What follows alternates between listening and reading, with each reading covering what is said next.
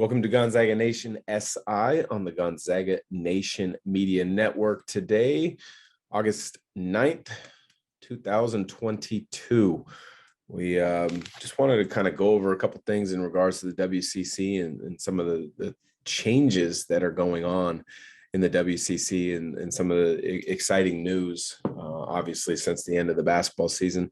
I think first off, you got to start with a couple of the coaching changes. I think there's two coaching changes that are going to be really interesting and unique to watch. I think when you look at last season, the couple coaching changes, Shante Leggins, Leonard Perry Jr. at Pacific, Leggins being at Portland, I think it kind of was interesting to watch throughout the course of the year. Leonard Perry got the job at Pacific kind of in a weird way. I think he's a tremendous coach when you watch his program play, but he got it so late because Damon Stoudemire ended up leaving in July for the Boston Celtics assistant coaching job. That kind of put Perry at a disadvantage as far as recruiting the kind of guys that he wanted to fit the way that he wants to play. So they were very active in the transfer portal this offseason.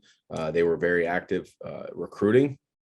And it's going to be interesting to see how those guys make a jump in year two under Coach Leonard Perry Jr. at Pacific. But with the pilots of Portland and Shante Leggins, he did a tremendous job. First 21 season in Portland in quite some time. He really got those guys playing hard, believing. They made it to a postseason. Wasn't the NIT, obviously wasn't the NCAA, but they won a game in the postseason. I think there's a lot of positive momentum going in Portland. And so it's going to be interesting to see how those schools do in year two. That leads to the two newcomers this year. One of them's an absolute newcomer to the WCC, but he's not a newcomer to basketball on the West Coast. And the other, he's been a great assistant coach at a number of different spots for a long time. He's getting his first chance in the head chair for the Dons, and that's Chris Gerlipson. So we'll start with Gerlipson at San Francisco.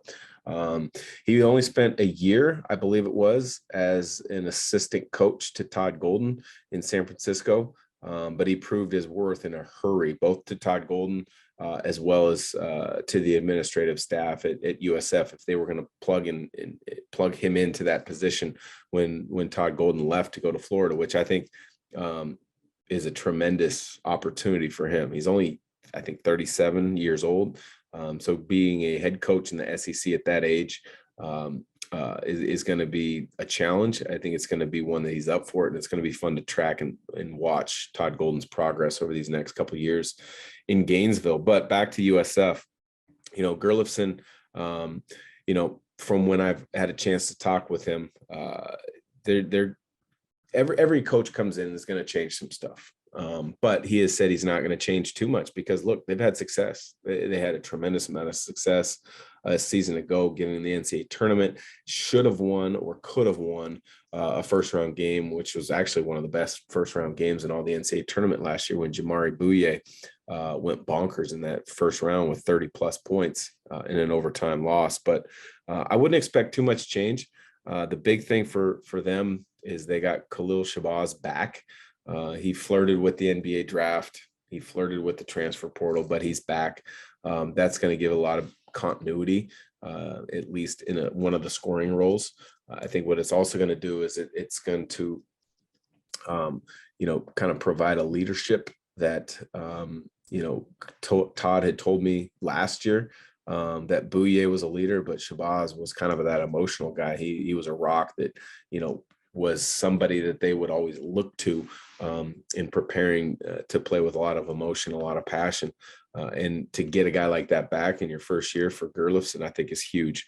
But you got to find a way to replace what Jamari Bouye did. He was one of the best guards in the conference for the last couple of years. He could score it, he could handle it, he could distribute, he could get you into offense, he could create offense for others, he could rebound, he could defend.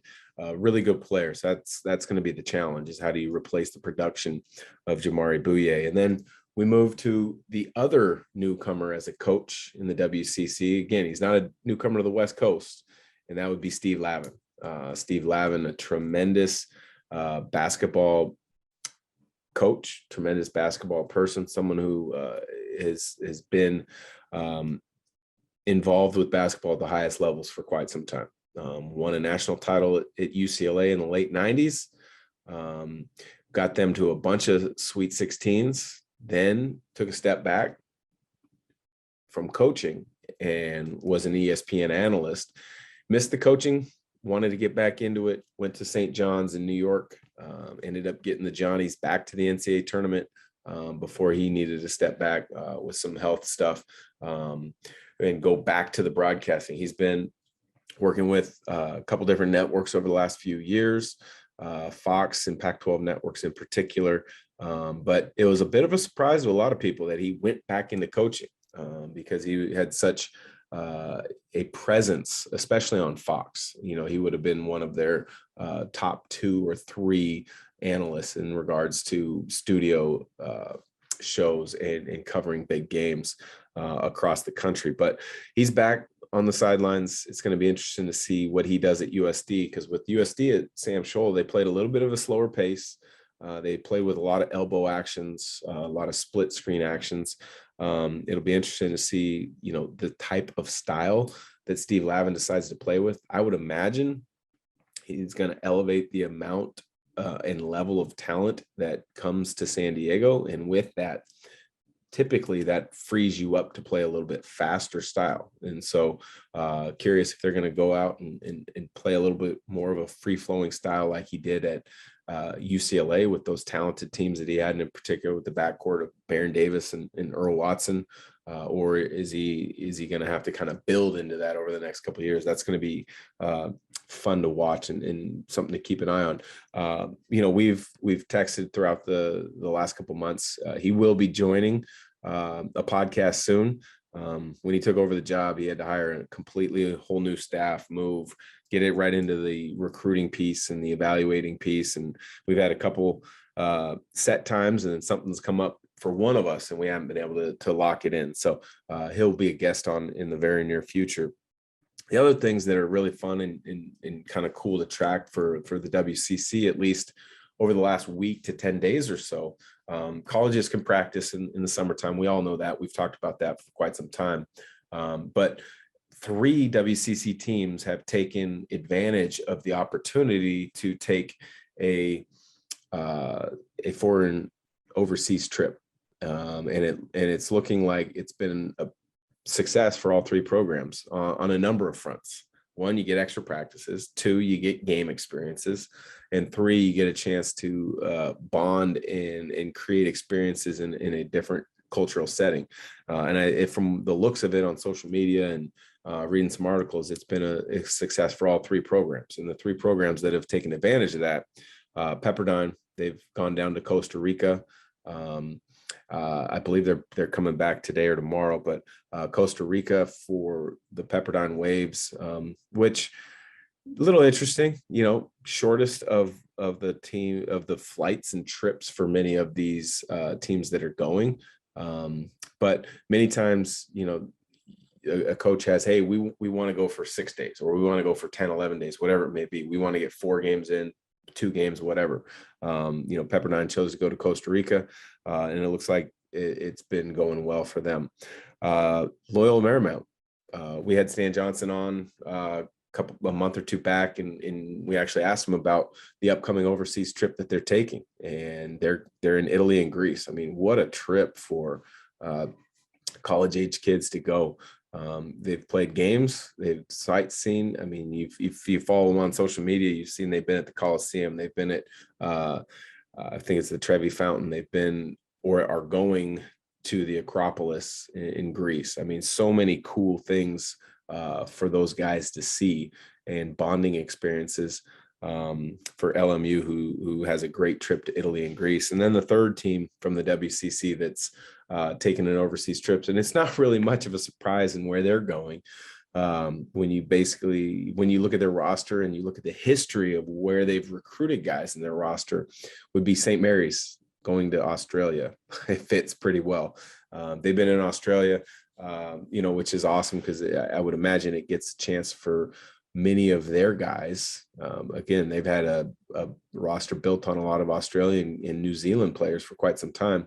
You get a chance to go back and play in their home country. Maybe they get some family and friends to watch those games. And it gives those guys a chance to share in some of their culture in the home country for their teammates back in the States that are going with them. So pretty unique experience for those three schools. I look forward to talking with those head coaches when they get back and hearing about the benefits that those trips had for those programs leading into this upcoming season, and seeing if it really does pay dividends in the win-loss column. I know it will pay dividends in the experience column as well as in the team bonding and team building column, that's for sure. But appreciate you listening. Thanks for joining Gonzaga Nation SI on the Gonzaga Nation Media Network. Don't forget to hit like, subscribe, even review. We appreciate all the comments. Coming up with a lot of content here at the end of August, leading into another basketball season in the WCC and Gonzaga.